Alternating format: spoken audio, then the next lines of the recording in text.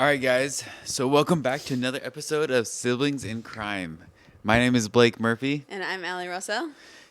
What's after that? And just as it sounds, we're siblings who love true crime. Yes, love it. You've been here for like 60 episodes. I know. So something really important to start off with. We are live, and we made this really difficult in the beginning, where we'd hang it on a light and all this stuff. Very difficult contraption to go live. And then we figured out that it doesn't need to be that difficult. We just now it's on the desk. Now I just put it on the desk. So yeah, that's a pretty big accomplishment for us. Yeah. I don't know how we missed that this whole time, but anywho. Also something crazy. Oh. I don't remember if we told you this, but our last episode, we only filmed like 20 minutes of it because Allie's phone ran out of storage. So we've had 2 instances of restarting a podcast. I know, which is actually better than I thought, considering I think this is episode 60. Yeah. Like, that's not a terrible ratio, but I hope it never, ever happens again for the rest of our lives. I'm going to face you more. Okay. That was like the smallest movement ever. I'm going to face you more, like barely rotating. It feels good now. That's hilarious. All right, all set up? Yes. Ready to rock and roll? Ready to rock and roll. Before we start, of course, we got to give our shout outs. So, 1, Sabrina's back. Sabrina! We love Sabrina. We're still. Last week I said Buckeye is the case that she suggested. I think it was Bullhead City, so I messed that up. Yep. However, she did give us that green van, so I was like, I'm freaking stoked. We got a couple green vans. Yeah. Kalia Baker. Clea Baker, you rock, and also Toffee. Yeah. So I was super stoked to see that. I did not think that anyone was going to say green van. I've never done that before, so yeah, that was super fun. As always, if you haven't yet, please like, share, comment. We're on Siblings in Crime Pod on all platforms, and then siblingsincrime.com. Go there to send us a case suggestion. Yep. So, anything you'd like to add before I give us our little recap? Nope. Let's rock and roll. All right, well, last week, so first of all, part 2. This is part 2 of last week's case. So if you haven't listened last week, go back, listen to that. It's going to make a whole lot more sense. There is so much information in this case, but every detail matters. So listen up. Last week, we told you about Cindy James. She was a beloved Vancouver woman whose life slowly became a nightmare. It started with threatening phone calls in October of 1982. Then came the break-ins, the slash pillows, the cutout magazine letters, and then eventually dead cats left in her yard. Then the violence escalated to physical harm, but police couldn't find any evidence of an intruder, and she failed 2 polygraph tests.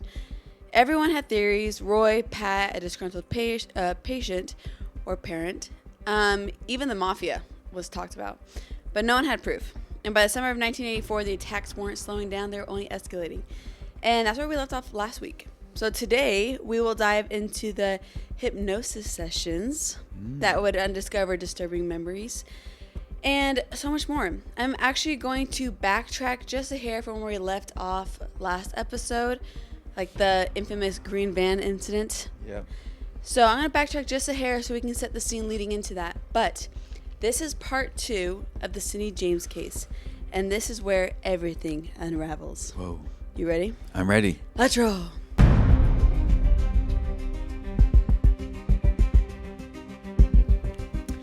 So, like I said, backing up a little bit to the weeks just before this green van incident came into our story, just so you have a clearer image of what's going on. Blake, I sent you a snippet of a letter. Yes. Oh, will you read it? Yes. I forgot you're not going to have your phone. It's in the quotations if it's not obvious. Oh, no. I put pronunciations in it. You and Hannah put pronunciations in it. Hannah, you rock. Thanks, as always. Hi, Chickie. Last night I heard Zamfir and the Vancouver Symphony Orchestra in the Orpheum. It was majestic. Unfortunately, I had an empty seat next to me, and as you see from your unused ticket, I thought of you every minute, and I cried back home. It is lonely without my soulmate. At that type of very special performance, I greatly miss our weekly visits, shows, talks, bridge, family, etc. Thank you. Why bridge? I think the card game. Oh. But Well, that's random. and that bridge down the street. Yeah, the bridge we walked over before. Yeah. Okay, as you can see, it's kind of a weird letter. Basically just saying, oh, I miss you. All that to say, I went to an orchestra, missed you, or symphony. This was a letter that Roy wrote Cindy shortly after her first violent attack and his police interview. If you remember, Roy is her separated husband. Pat, we talked about a lot in the last episode. We don't talk about him at all anymore because he was ruled out. He was the police officer originally assigned to Cindy's case. Also, I realized I use Cindy and Cindy interchangeably, I think. So if I accidentally get that interchanged, so sorry, Cindy. No disrespect. I'm just dumb. So if I did that, I'm so sorry. I'm going to be paying extra close attention. So in that same letter that you just started reading, he again suggested that the mafia could be included, but not only the mafia. He started proposing new theories. So this is Roy. He's like saying he's on top of it. That's suspicious. You If know- you try to bring up so many theories, you're trying to point it away from you. point it away from you. I thought that was weird too. And I'm Rather like, than why are just you let Detectives? investigators figure it out. Yeah, and his theories are wild. I One almost of started them. rubbing my foot again. Yeah, don't rub your foot. It looks freaking wrong. So sorry if you saw that last week. But this week, so in that letter, he said that one of these theories was that one of her former kids at her like hospital school that she works at grew up. He got in trouble with the law. He went to jail. And in this theory, he said that this kid, spoke nonstop about Cindy. And the theory is that finally it reached a point where the other inmates got so annoyed with him that they literally killed this guy to shut him up. And that some of the inmates wanted to continue their revenge by going after Cindy. And I'm like, that is such a stretch. Like, what makes you think this kid... Is like, this a real person, or is he just thinking this could have happened? I don't know. I don't have any more information than that. I'm like, is there a specific kid that you're thinking of that grew up and did all this? And I mean, keep in mind, I'm like, how old is this kid? Because she was being harassed for like 4 years.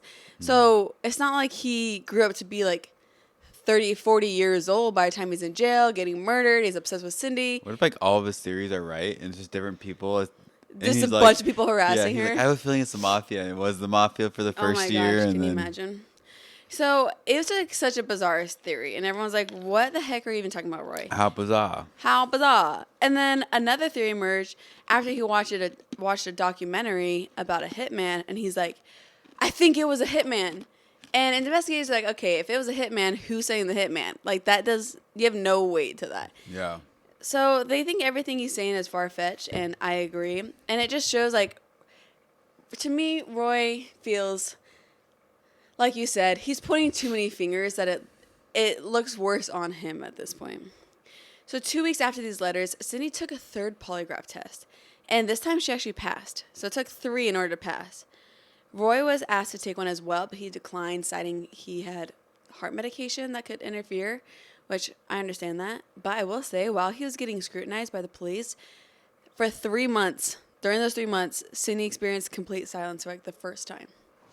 So I'm like, is this because Roy was occupied, or is it because her attacker was just coincidentally taking a break, or are they freaking smart and they're like, Roy's gone, he's getting interrogated, I'm gonna make it look like him by not doing anything for a few months. Interesting. Weird. So Ozzy, our private investigator, he started thinking what needed to be done next. He wanted to try to find some sort of pattern to this stalker. Cindy was asked to call whenever she left the house, like where she was going, what she was doing, especially if she was going to be gone for long periods of time, like going to work. One day, Cindy was working out in her front yard and noticed that her dog Heidi wasn't with her. So she went around to the backyard and noticed that her back door was closed.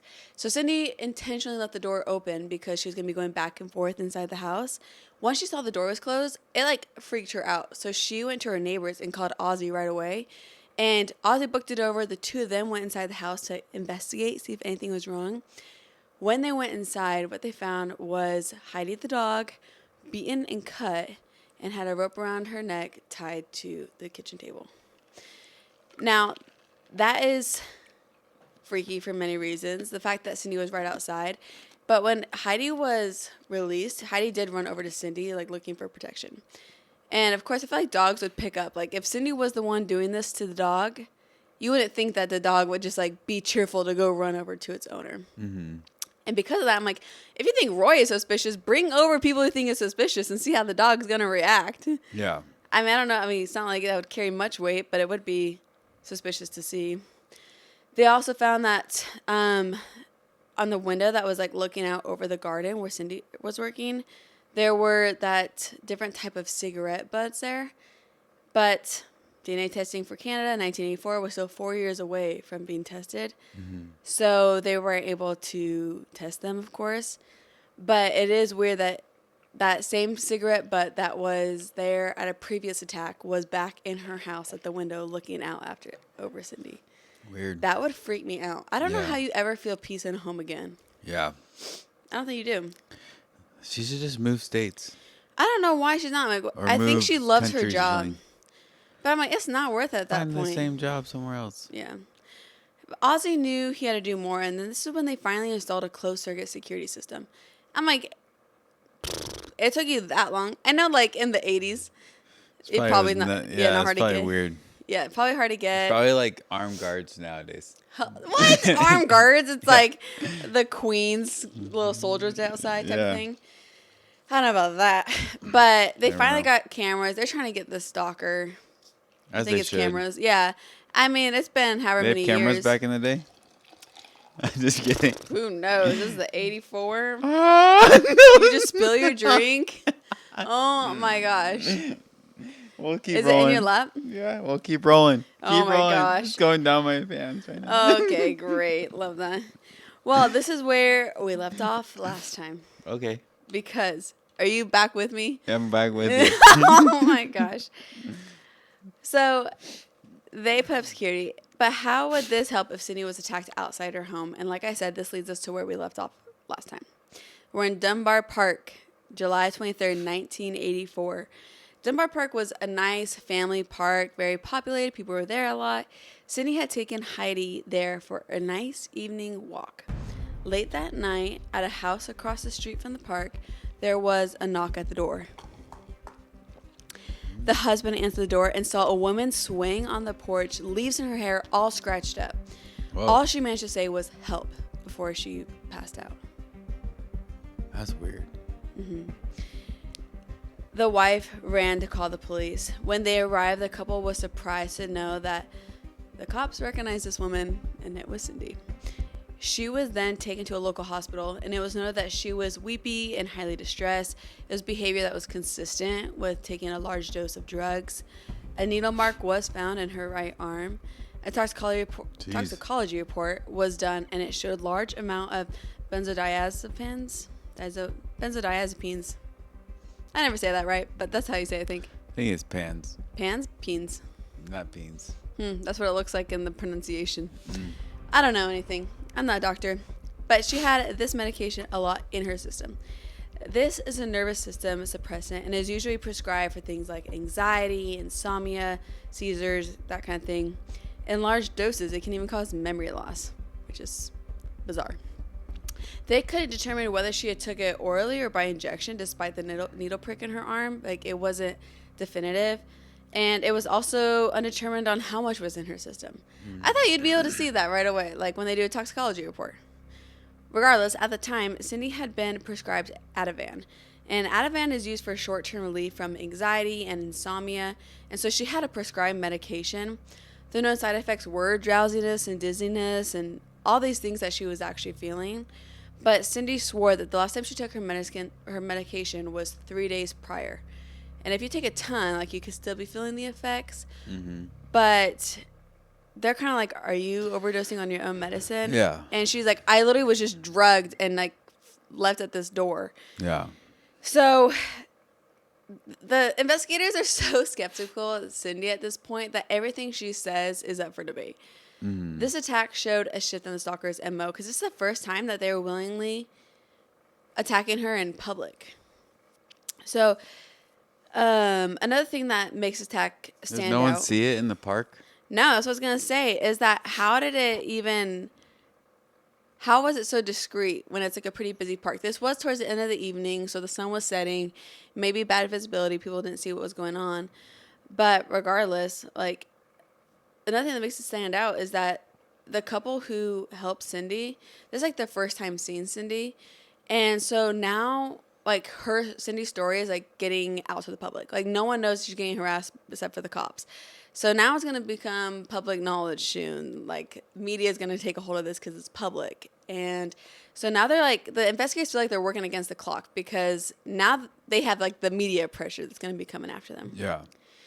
Cindy spoke with both the police and Ozzy in the hospital to give her statement, and she said that she had radioed Ozzy to tell him where she was going. She's like, I'm going to Denbar Park. I'm going to be there walking my dog. I'm going to be there for an hour. And in Ozzy's records, he cited that Cindy was an hour overdue for her check-in. So, like, he thought that something might be up. But then he was listening to the police radio scan and heard that they were needing dispatch over to that park. And so Ozzy just booked it over there, not even knowing if it was Cindy, but assuming that it must have been. Mm-hmm. And so then that's how he ended up on the scene. It's not like she called him or anything like that. And when he got there, she was on a stretcher. That's kind of weird. It's only an hour. Like, she goes to the park, they kidnap her only for an hour and drop her off. Exactly. So, yeah, according to his records, like, How bizarre. How bizarre, yeah. According to his records, like, she hadn't been at the park for 2 hours. So it's like, what was the point of taking her, drugging her, and then leaving her? It just seemed like a weird, like, that doesn't really happen. But it seems like everything they're doing is just to scare her. Right. So maybe they're trying to scare her again. Yeah, because, I mean... like, they could have done... I mean, they almost killed her a couple times, but, like, a lot of times they were, like, in her house, and they could have just waited and killed her, but they just wanted to scare her. Just psychological terror. Torture. I can't imagine that. Like, at this point, I'd be like, just do something about it. Either, like, leave me alone, or, like, put this out of my misery. I'd be like, or her do something about it. Yeah, sure. I'm like, why are you not carrying a gun? Like, yeah. Yeah, you tell him. Actually, it's Canada. Canada. Yeah. I don't know what they need. She needs to just move to Arizona. States. That's right. We'll protect you, Cindy. Yeah, and so when Ozzy went to go see if she was okay, she was on a stretcher, he realized Heidi, the dog, wasn't with her. So he, like, went looking around the park and actually found Heidi. And so that's how he got Heidi, and him and Heidi went to the hospital, and this is them now interviewing Cindy. So that's, like, kind of the story that we have so far. Cindy continued on what she remembered. She said that she and Heidi had spent about an hour in the park enjoying the late night sun, because this is Canada midsummer. So the sun's not even setting until like 8:50 p.m. at this time. Super late. As she was heading to her car, she said that a dark green van pulled up. The driver asked her for directions to a street nearby. Cindy said that a blonde woman sat in the passenger seat. That was all she could remember before waking up in the hospital. It took some time to drag the full story out of Cindy, but when she tried to continue, she ended up confessing that she thinks that she was threatened by the attacker. The attacker said that if she ever told police who attacked her, he would go after her mom and sisters. And so we know she failed her first 2 polygraphs, so they think that she was withholding information, and they think it's related to this guy has talked to her multiple times, saying he's going to hurt her and her family. Mm-hmm. And Cindy's just now finally confessing that he has been saying this after each attack. After this information, both Detective Bowersmith and Ozzy decided to end the interview, let her rest. She's in the hospital. It's time to relax a little bit, recover. Because she was, like, still drowsy. She wasn't even making that much sense. And so the pair went back to the park to look for evidence after talking to her. It was sometime around, like, 2 in the morning when they found the place that she was attacked. They found drag marks in the dirt just across the street from the house that Cindy had gone for help. They found her broken sandal. They found her can of pepper spray, which I'm like, why don't you use that in time? Such a bummer. Yeah. And then Cindy's car was still in the parking lot. And so Ozzy ended up driving it home. I'm like, Ozzy seems like he goes above and beyond as a private investigator. He's like, I'll go get your dog. I'll go take your car home. Yeah. Anytime she calls, he's there within, like, minutes. He's on top of it. But yeah, about the pepper spray. I'm like, how are you not holding that in your hand at all times? Yeah. I'd be, like, in my house, ready to roll with that. Seriously. Like, I have bear spray next to my bed. I have it, like, wrapped around my wrist, like the little thing. Yeah, I'm just like... Yeah, exactly. You'd be practicing, like, whipping it up. It's like the gun draws, like... Yeah, exactly. Gosh, yeah, I would definitely... She seems way more brave than me because she seems nonchalant about all this. Yeah, she's probably so used to it. She's like, oh my gosh. Someone's in the backyard again. The window's open. It's so annoying. Oh, someone ripped up my pillow again. I had to buy 4 more pillows. It's so annoying. Yeah, I can't imagine.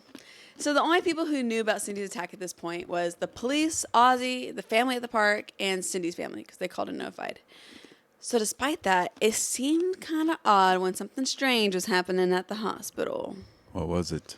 A clerk had received a call that was so concerning that he actually reported it to his supervisor.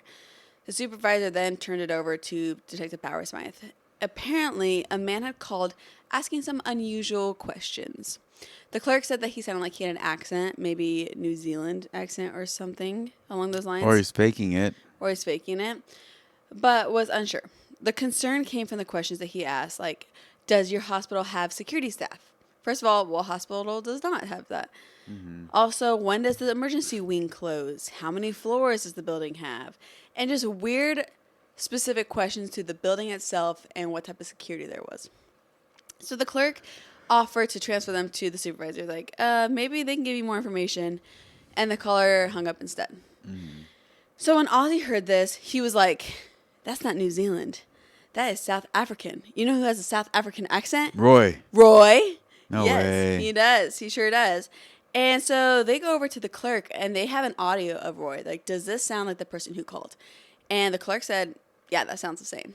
He's like, the voice fluctuations, that all sounded the same. But we also know, like, that's just like eyewitnesses. Humans are the least reliable source ever. And so we don't know 100% if that voice matched perfectly or whatever, because the memory can be tricky. Mm-hmm. But the clerk did verify that he thinks it was Roy. And it's just like helpful. Yeah. Like it's like, oh, they have the same similar voice. Maybe we dial it in on Roy a little bit more. Yeah, you would think that they would actually start doing more about that then. You would think. You would think. Ozzy as was like, if. As if. Ozzy thought this was good as gold. He's like, we finally have it. We have a witness that's saying Roy was calling, that he had knowledge about the attack that only the family and two families and the police knew about. So he was like, we're onto this. He's pushing Detective Bowersmith to do something about it. Cindy had only spent one night in the hospital before going home, and so the detective went and met her at the house when she returned, trying to push for more details.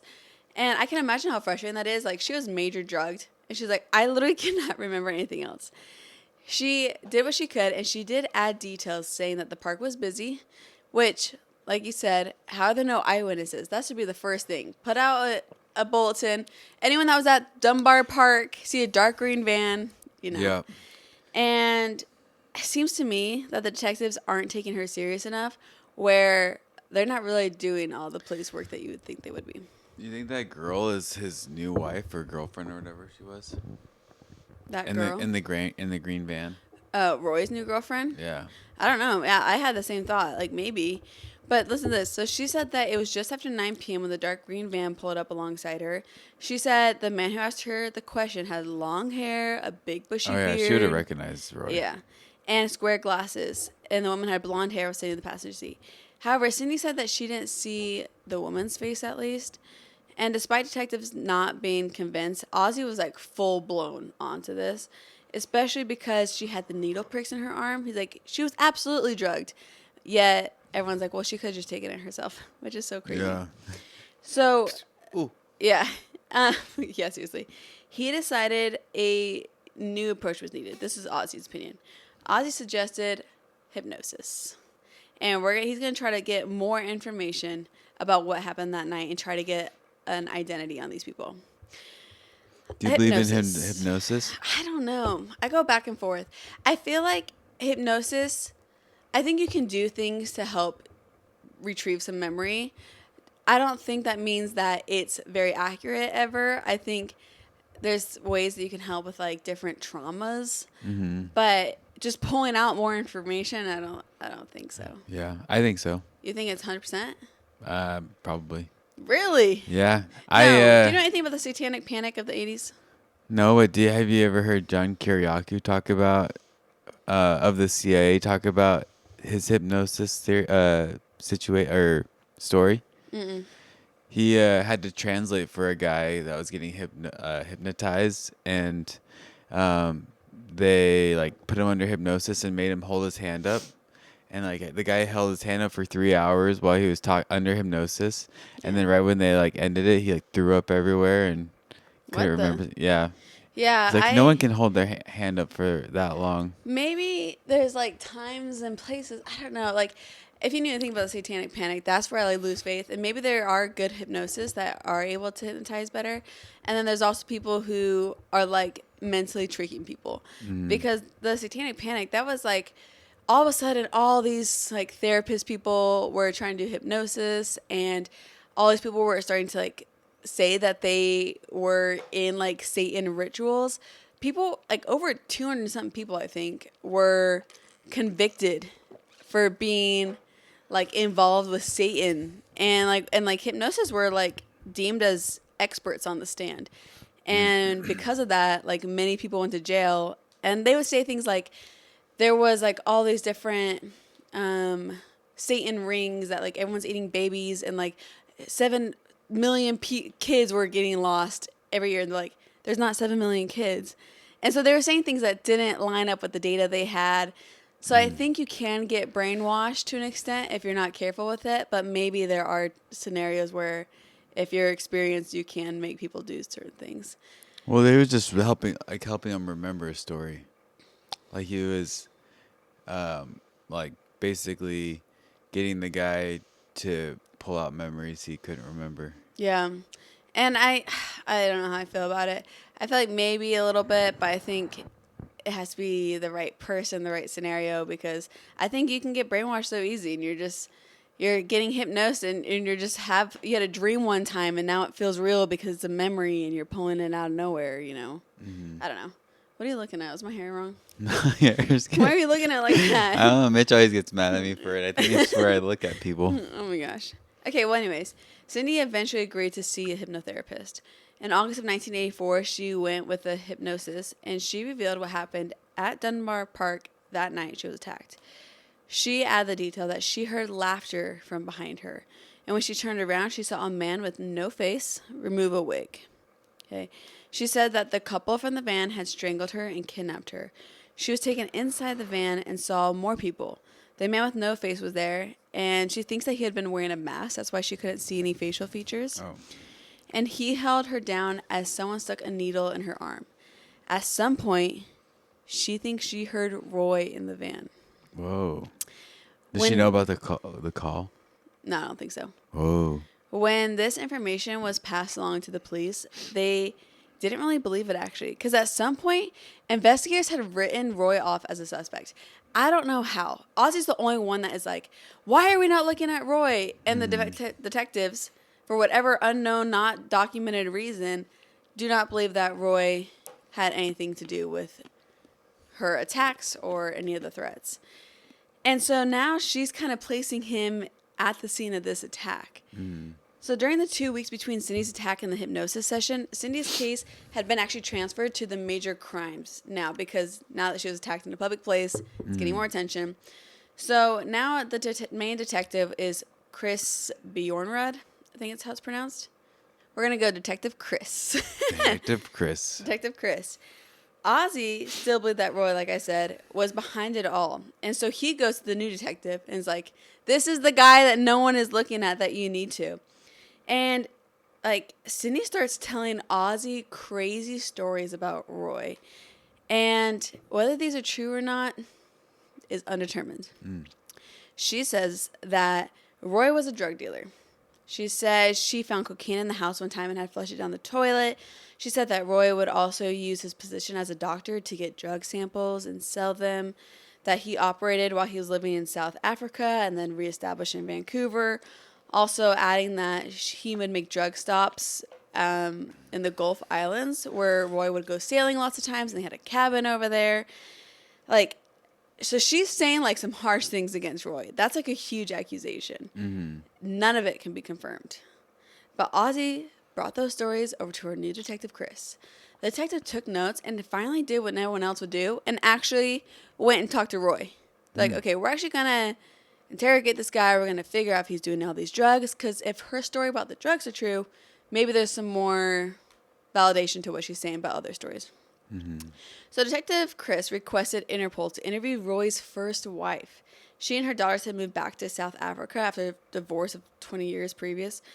In the meantime, the police set up an unmarked van and they sat outside Cindy's house all night for a week. And Nothing happened. nothing happened. Nothing from surveillance. Oh. Then when the interview of Roy's first wife came back, Lois didn't think Roy had anything to do with drugs. She was like convinced that those stories were not true from the first wife. Yeah. And so now the detectives are clearing Roy again. They're like, now we don't feel confident in Cindy's stories. And like that, Roy is cleared once again, as he always is. After this attack, everything was quiet for a few months. And that seemed to be kind of a pattern. It'd be like small things, the phone calls, the scary stuff, and then a huge attack, and then go silence for like a month. Does he go out of town? Maybe for like work or something. I don't know. Like, I'm like, you really have no one else to look at? Like, surely this person has a connection to Cindy. Who does that to a random stranger? During this time, they decide it's time to go under another hypnosis session. This would be the third session at this time. And she brought huge accusations on Roy. Again? So I don't know if she's like, I don't know if she's got some animosity towards him. Is that the right word? Oh, no, I said it right the first time. Animosity. Yeah. Cindy, while under, tells this crazy story. And it's like chopped up at first, and then she starts to reveal more. But she said that Roy and her had gone on a boat trip once. One day, she was feeling seasick, and Roy gave her something to help settle her stomach. Cindy slept for a while, and when she woke up, the boat was docked. She said that she woke up all alone. She deboarded and went to the little island where she saw Roy standing by a house, surrounded by pools of blood. And lying on the floor were two bodies. Roy shouted at her, evidently, "What are you doing here?" Cindy paused, like in real time, and told the hypnosis it's not safe to remember these things. Audie shared this with the police, and by now the police are starting to not believe anything she's saying anyways. And so doubts were creeping up that no one's believing these hypnosis theories anymore. Yeah. That's a crazy thing to say. Like, all of a sudden now Roy's a murderer. Yeah. What it looks like. Yeah. It's getting sketchy. Yeah, and then the threats start coming. The letters are coming back. Her phone line was cut. Her phone line is cut once, and then it had just snowed. There's big footprints in the snow leading up to her phone line. It was cut, and then she repaired it, and then her phone line was cut again, and there was no footprints leading up to her phone line that next time. And so was it snowing? And it was still, there's still snow on the floor. Maybe it covered on the ground. I don't know. I mean, I don't think it maybe. And so it just seemed weird that this kind of stuff was happening again, and it seems like, is there evidence that somebody else is there? Well, in January 1985, this detective Chris, he did not want this to escalate to another attack. They know the pattern. They know these little things happen before a big attack. And so he's like, fine, Cindy, you go under another hypnosis session. I'm going to be there this time, instead of Ozzy just telling me everything you're saying. So he goes, and she tells a full account. She says it was on Monday, July 20th. So this is the first time they had a timestamp of when this boat trip was, which gives them a little bit of a time frame. Under hypnosis, she goes into more detail about that trip. She says how it was ordinary until she got sick, that she went and took a rest. When she woke up, Roy was gone. She got the boat. She thought she heard Roy calling her. So when she went to the house she described before, she knocked, and no one answered.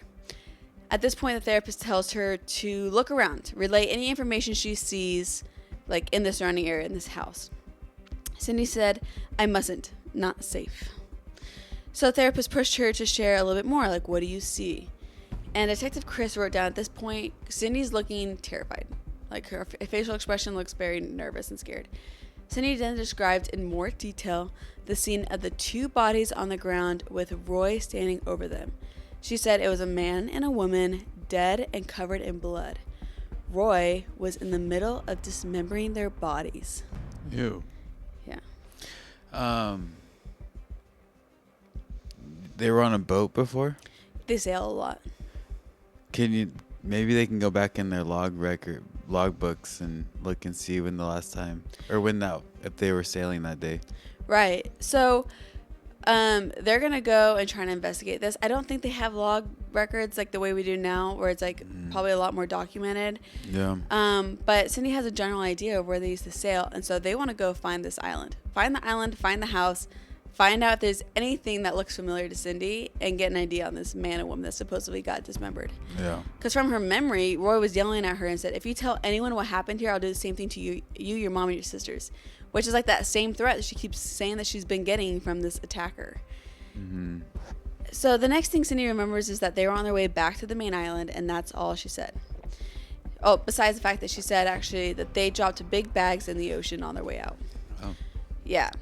Insane. So Roy's like, evidently to Cindy, Roy said, you better not tell anyone because I'm a doctor. They're going to believe me and you're a nobody, which is so sad. So like you were saying, like, okay, so surely now they have a date. She said it was Monday, July 20th. So like, okay, that's when they went sailing. Surely we can find any documentation that they were sailing. We know the general area. Let's find this island. Let's find this house. Anything that would identify that this story could be true. Yeah. So they actually went on the search. Cindy, though, when they go looking, couldn't remember what the house looked like. Didn't know what the landscape looked like. It had been 4 years. But nothing to go on. The search didn't last long and they had to call it off. Because they were like using all this money and resources to look for nothing. Mm-hmm. This made Cindy like so frustrated. She was adamant that they had to find this place so she could prove that she was right and that Roy was at least a murderer. But then they couldn't, and it was time to go back to Canada. All right, quick break from the case. Because if you've ever looked up at a plane and thought, I wonder what it's like to actually fly one, this is for you. Today's episode is brought to you by Simply Fly Flight School, a local flight school right here in Arizona that makes learning to fly simple, fast, and actually affordable. Simply Fly offers discovery flights where you can get in a real plane with a certified flight instructor, take the controls, and experience what it's like to be an actual pilot. No experience needed, just show up and enjoy. And for our listeners, you can get $10 off your discovery flight when you book through simplyflyco.com. Whether you're checking off a bucket list item, thinking about becoming a pilot, or just want the coolest experience you'll have all year, this is it. Head to simplyflyco.com, book your discovery flight, and use podcast discount to save $10. Now back to true crime. So each year at the Blenheim house where she worked, the employees had to do, they had like a review every year, but they also had to do like a performance and mental health check. And Cindy was not doing well in her mental state. Like, this is right after this search. Everyone thinks she's lying. She's losing her mind over it. And her coworkers were afraid that her stalker was affecting her ability to perform well at the job, which totally makes sense. Yeah. I'm like, Cindy, you can't blame them. Like, you have a lot going on in your personal life. Yep. This job was like her calling, though. She felt like she thrived there. And so it was like so sad because at this point in time, she felt like she was getting pushed out of her work, the only thing that was stable. And on June 21st, 1985, Cindy attempted suicide. Oh, man. I know. So sad. She took an overdose of sleeping pills, but her body actually rejected the pills. And so she survived. But she did have a suicide note. She went through it with her therapist, and her therapist recommended that she go into a mental hospital for some time. So she did. She went under the name Cindy Jacobs so that nobody would identify her. She didn't want her coworkers to know that she was there.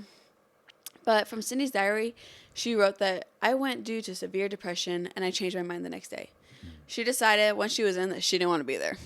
So she actually was able to get her brother to come and medically release her. So she didn't want the medication. She didn't want to stay in the hospital. She just went home. She felt like she was wasting everybody's time by being there. She went home alone, though, went back to work the next day, and it was great and all until the next day when the little nuanced things happen again. The calls are starting to happen again. The letters are coming back. Cindy was able to get in contact with police, but Detective Chris was running out of ideas at this point. He's like, listen, nothing you're telling us has evidence. Like, nothing is proving to anybody specifically. They even had Cindy call Roy and try to get him, like, to make some sort of confession over the phone. So Cindy is, like, threatening him, saying, why are you the one attacking me? You murdered these people on this island. All this crazy stuff. And Roy's saying, I have no idea what you're talking about. Like, you're getting harassed, but I also am. Like, the cops are after me. I almost lost my job because I'm involved in this. Like, I'm losing so much money with my attorney. And he's like, I'm also getting, like, sucked into this, and it sucks. He's like, I don't know what you're talking about with these dead people. Mm-hmm. And so they got nothing from that phone call, and they end really bad. Like, Cindy and Roy were always kind of on good terms. Not anymore. After that phone call, That's like a huge accusation. I would be so pissed if I didn't do anything. Yeah. And someone's like, you murdered 2 people. I'm like, what the heck is going on? Yeah. That is crazy. So Roy was not going to cooperate with police or Cindy at this point. I don't even think he's given mafia suggestions anymore. Yeah, he's like, I'm done with my theories. He's like, I tried to help you guys. Yeah. So discouraged but determined, Detective Chris had a 14-strike force officers watching Cindy's house for a week. And he didn't tell Cindy, he didn't tell Ozzy. Like, this was supposed to be low-key. No incidents happened. And so he called them off. I'm like, just stay there. Can we not just stay there until something happens, if something's going to happen? Mm-hmm. I don't know. Because the next day, she reported a phone call. Cindy had recorded it. It was a silent phone call. But so did the BC telephone company. And they could determine where this call came from. Where did it come from? The call came from inside the house. No way. She was doing it the whole time? I don't know about the whole time, but she had dialed her own number, and they wrote it off as a mistake. The next day, she received another package with a book inside, and it had markings of blood flow freely. And a week after that book, another package arrived with the remains of a small animal badly decomposed and unrecognizable. Jeez. So it's like, was that a freak thing that you called yourself that one time? Like, how do you...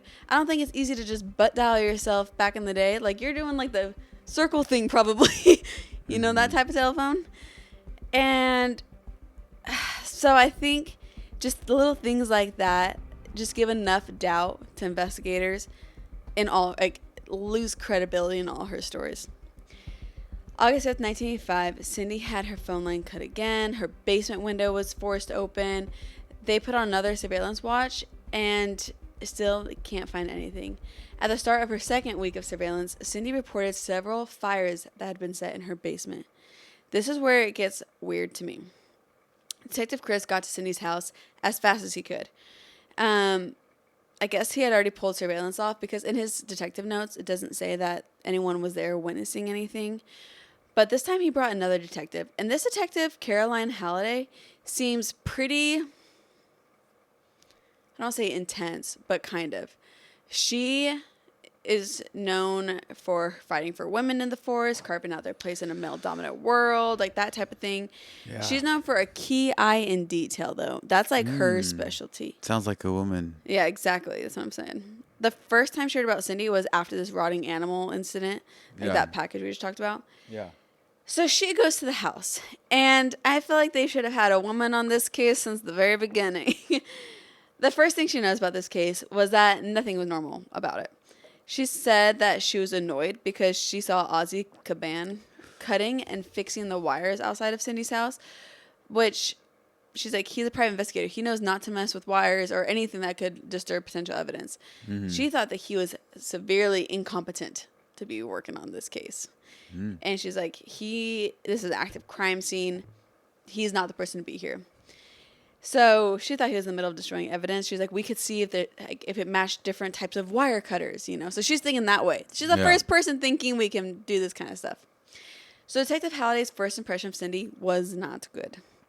She said that Cindy looked tired and really thin, like that glam and glow was gone. Cindy said that the house had been locked up, but a window that opened into the bathroom right above the bathtub had been opened, and some papers had been set on fire and like thrown in through the window, landed in the tub. Detective Halliday decided to go out back and look out the window. It was somewhere, like this window was somewhere between 6 inches open and about 6 to 8 feet from the side of the house to the cement walkway. So cement walkway, 6 to 8 feet to walk to the house, and then the window was open about 6 inches. Mm-hmm. Right above the window was grass about a foot high. It's like some really high grass, and it looked completely untouched. The outside of the window looked dirty, and it did not look like it had been opened from the outside. So this led to more questions, of course. How could someone open the window and not leave any fingerprints in the dust or markings of any sort? The window had been left open. How could someone get a burning piece like 6 to 8 feet in a 6-inch gap if they didn't step on the grass? She's like, no one stepped on this grass. She confronted Cindy about this, and Cindy had no explanation. She was kind of left dumbfounded, it sounded like. Detective Halliday believed that Cindy had been doing all these things to herself the whole time, addicted to being a damsel in distress. Mm. Yeah. She's the first one that called her out that aggressively for it, I believe, too. Yeah. The 24-hour surveillance kept going for another 2 weeks, And in 25 days, they never saw anyone suspicious come or go from Cindy's house. Detective Halliday said that she felt that Cindy knew that they were onto her, so she's like trying to play it low. That is until shortly after this, in December 1985, Cindy planned to move to Richmond, a suburb of Vancouver. So she's moving houses again. We're on house number 4. So she's moving again. But before she even had the chance to move, 3 college students were walking along a street when they saw something that made them run to call the police. Cindy had been found in a ditch with a nylon stocking tied tightly around her neck in waist-deep freezing water. This was the 4th major attack. Cindy had Ativan in her system again, but denied using it more than she was prescribed. The last thing she remembered was going to the pharmacy to pick up her prescription. They had nothing to go on, and she did survive this attack. The next morning, the nurses record that Cindy woke up frantic, muttering, "I should have been more careful, should have been more careful." And they're unsure if she's saying that she should be more careful because there's a bad guy out there, or she should be more careful because Detective Halliday is on her butt now. Like, she's being reckless. I don't know. What are you thinking? I don't know. I'm confused. I am so confused as well. Like, sometimes I'm like, yeah, she's definitely doing this to herself. And then something happens. I'm like, she could not have done that to herself. Yeah. I'm almost like, are things happening to her? And then she does little things so that the cops will actually start investigating it more. Mm-hmm. Like, is she doing the minor things to get them involved? But then, like, the big attacks are actually, like, attack her? That's true. I don't know. But later, Detective Halliday was able to convince Cindy to speak with a psychiatrist and hopefully, that's a horrible way to say it, get diagnosed with some mental illness. Yeah. To understand what is going on. Before she could even meet with a therapist, though, this detective wrote in her notes that this case was unfolded due to... You say row in her nose? Wrote in her notes. Oh, wrote in her notes. Yeah. Wrote in her report that this case was unfounded due to a mental disorder. Before Cindy even went in to talk to a psychiatrist. Yeah. So she was already set in stone on what was going on. Which, not maybe the best way to look at it. Yeah. They think it's like multiple personality disorder. Yeah. She had like...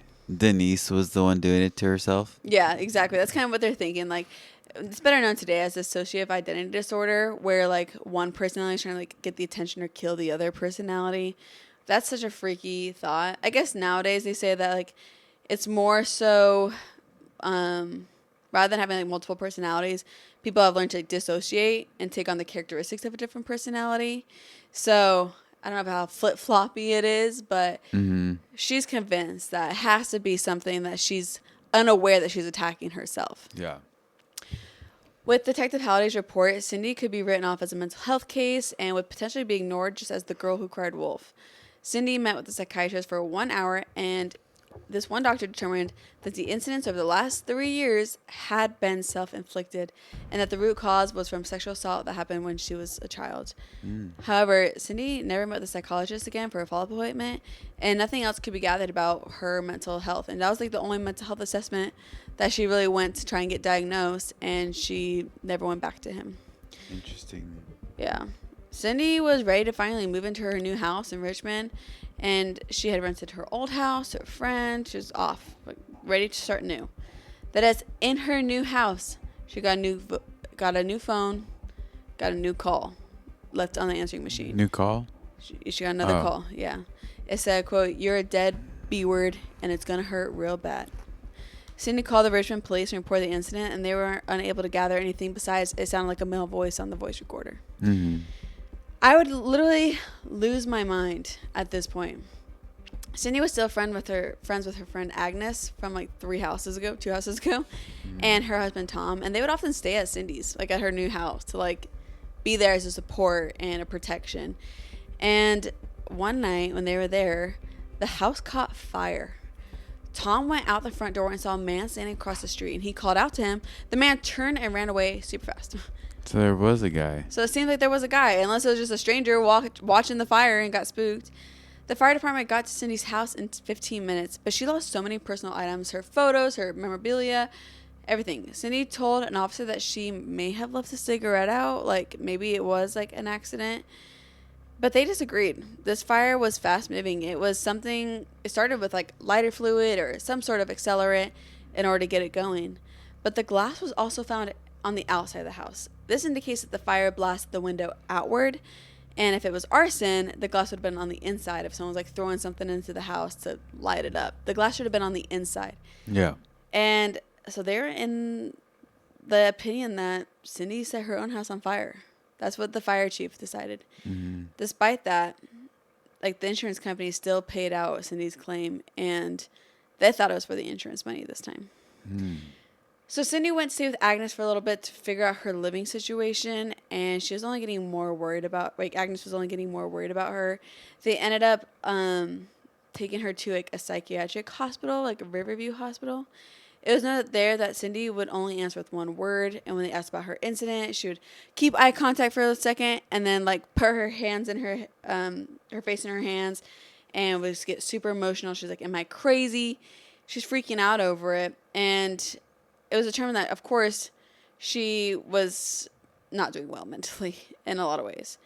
After 10 weeks, she was heavily medicated and started to actually make a comeback. She was starting to feel better. She was ready to go back to work. She changed her name. She finally got divorced. Changed her name from Cindy Makepeace to Cindy James, which is random because her maiden name is Hack. Oh, weird. So I don't know where she got James from, but changed her name. Ready to go back to work, and that's when she found out that she had been replaced at her office. And that stinks because this is where she thought, like, this is the one thing that she loved and felt like she thrived at. Mm. She felt like betrayed. She tried to file a report, like a complaint, I guess. Yeah. But she was just not fit for the job anymore. And Cindy realized that she was holding on to, like, a lot of anger with a lot of people, and that despite her life starting to look up on this new medication, like, things were still crumbling around her.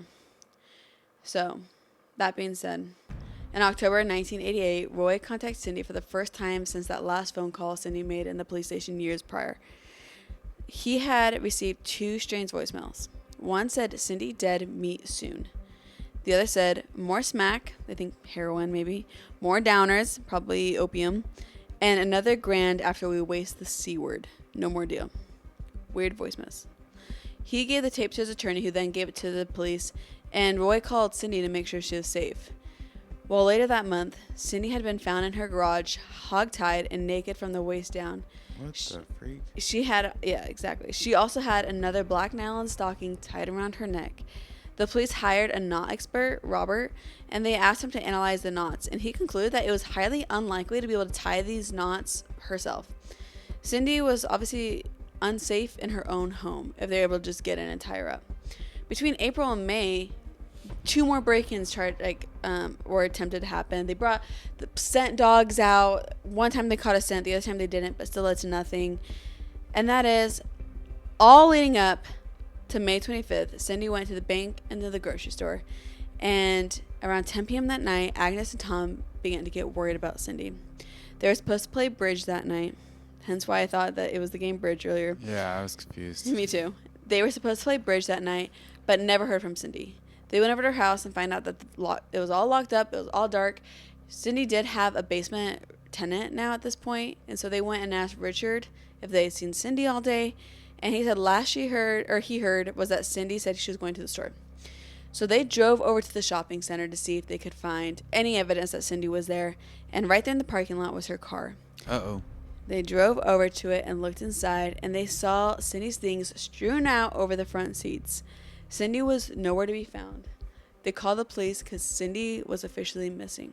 Oh, man. Usually, when she's gone missing in the past, she's in her garage, tied up. She's an hour later coming forward, right? Yeah. It's never been more than a few hours that they find Cindy.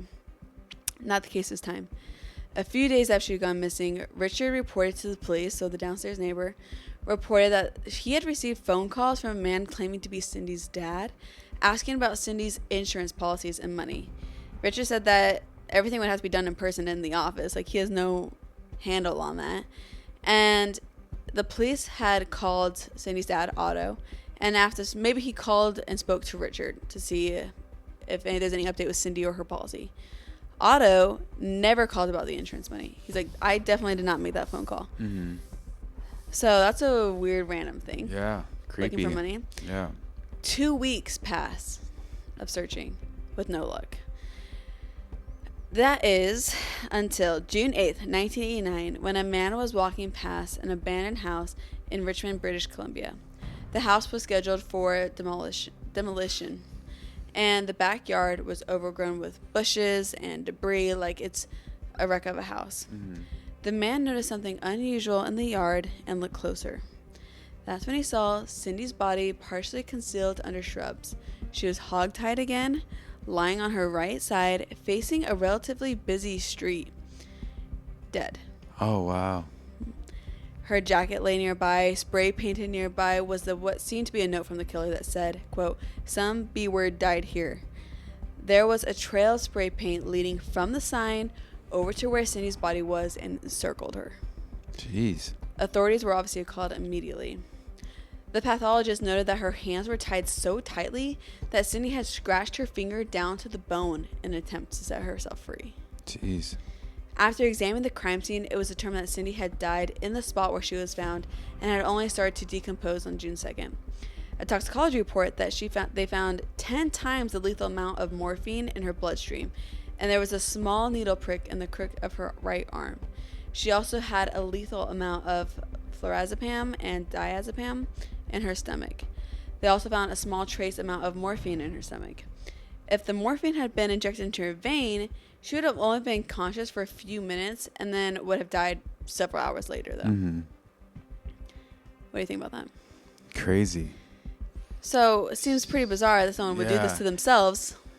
And maybe like the whole time the person was just setting her up to so people think she's crazy, like in the Oh house, my like gosh. knocking out the window from the inside.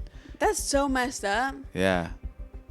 Wow, that'd be so smart. That's horrible. Yeah, that's crazy. So the RCMP officially closed the case, stating suicide. No way. Suicide. Can you believe it? Dang. Yeah, they said that Cindy had killed herself or had done it by accident. They cited the years of mental instability, the stays at the hospitals, the many calls to the police over the years. But this did not provide the answers needed for real closure, of course. If she did this to herself, where did the bottles, the needles go? Like, if she was drugging herself that bad, she would not have had enough time to get rid of all the evidence, hog tie herself up so aggressively and tight, and die there by herself. Yeah. That's insane. The coroner found something interesting about Cindy's body also. Cindy had been found on her right side, but it looked like she had died in the position on her left side, like with the way the blood pool and stuff. Yeah.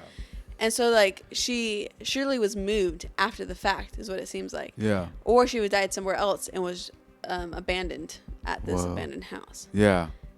But the investigators weren't looking at this. Ozzy was like, she was dumped there, you know. Yeah.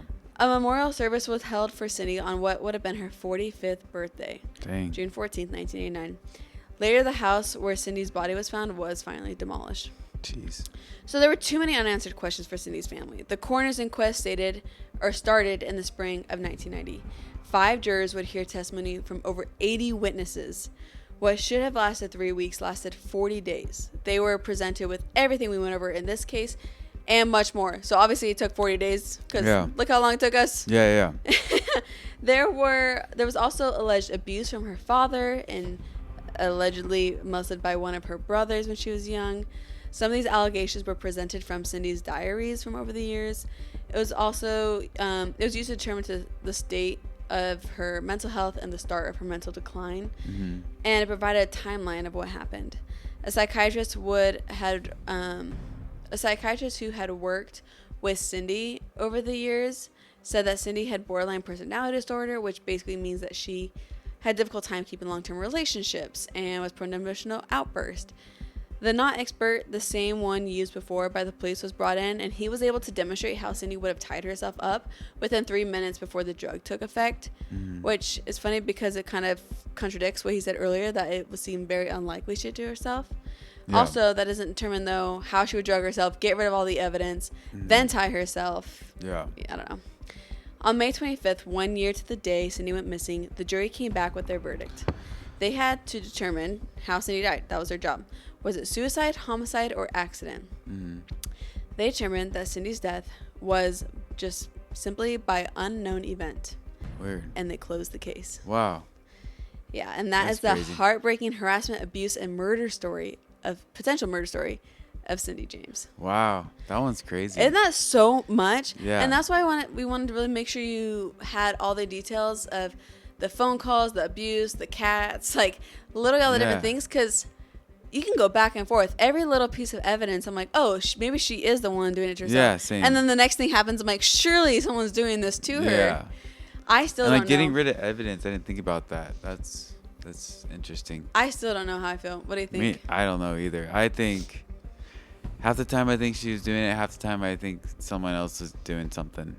Yeah. Especially the call later on to Richard, the tenant, that about was weird. Insurance.